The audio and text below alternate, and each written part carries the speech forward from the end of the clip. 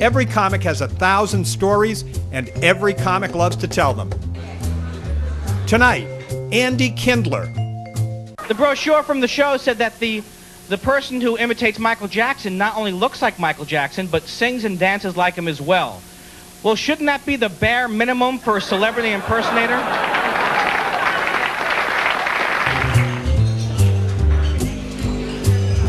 Maria Bamford.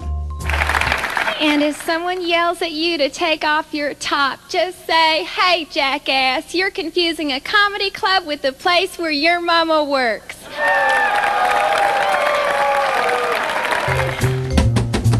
Hello? Hello? Ed Krasnick. These are not trained sharks. No, these are the real thing. They're not actors. I'm used to sharks. I have a manager, I have an agent, I have a lawyer. There aren't a lot of Jewish frogmen, and this is why. And I'm your host, Jack Gallagher. Guys, have you seen the nursing bra? It's got a snap on the cup. The cup opens right up. Well, where have these been? From Max's Opera Cafe, it's Road Stories. My mother, who's actually Jewish and then now is converted, she's now actually a Quaker, and that's not, I'm not starting a bit.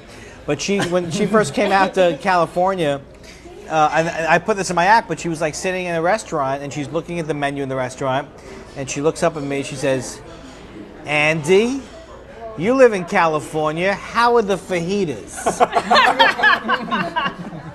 I had just started, I quit my teaching job, tenured, to go into stand-up. He thought I was a fool. Somebody called the house one night, Ross Bickford, I remember Ross from Boston, the comedy cab driver. Sure.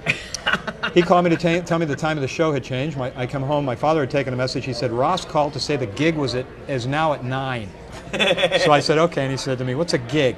So I have to explain the concept of the gig to him. For about 2 weeks, I was the gigger. It's that. I'd come into the house and, "Honey, the gig is home. How are you, gig man?" Oh, man.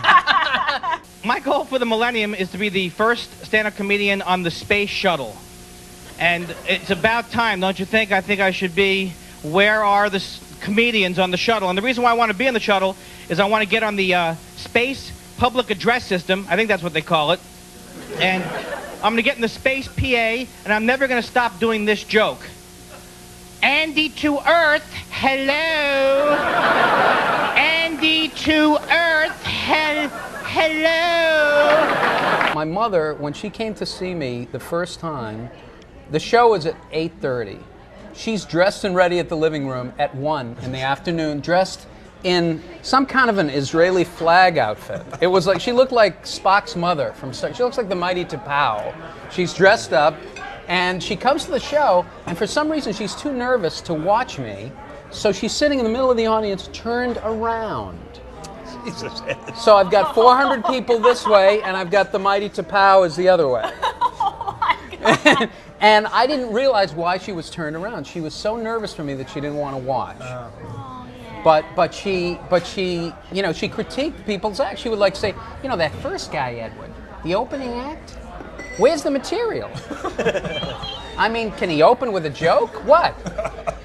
My mom's, unintentionally funny. Like she said, she got to stay at this hotel and whatever. She said, "Maria, the Ritz-Carlton is the kind of hotel that Jesus would run if Jesus ran a hotel."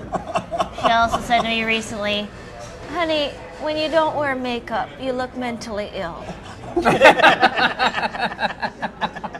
This a big moment in my life was when I was a little kid. It was the first time I ever saw my father cry.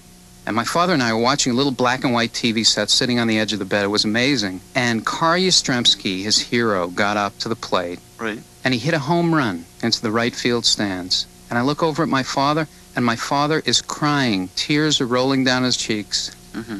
And I said, "Dad, are you okay? Why are you crying?" And he said, "Ed, I'm trapped in a marriage I don't understand." When she told me about show, she said, if you want to be in show business, you're going to have to prepare yourself for a life of rejection. If you do finally make it via the casting couch or lady luck, soon enough your beauty will fade away, and with it your false friends, leaving only the glow of stardust memories to keep you warm as you lay in the gutter of the Boulevard of Dreams. But you are a star, honey. You are a star.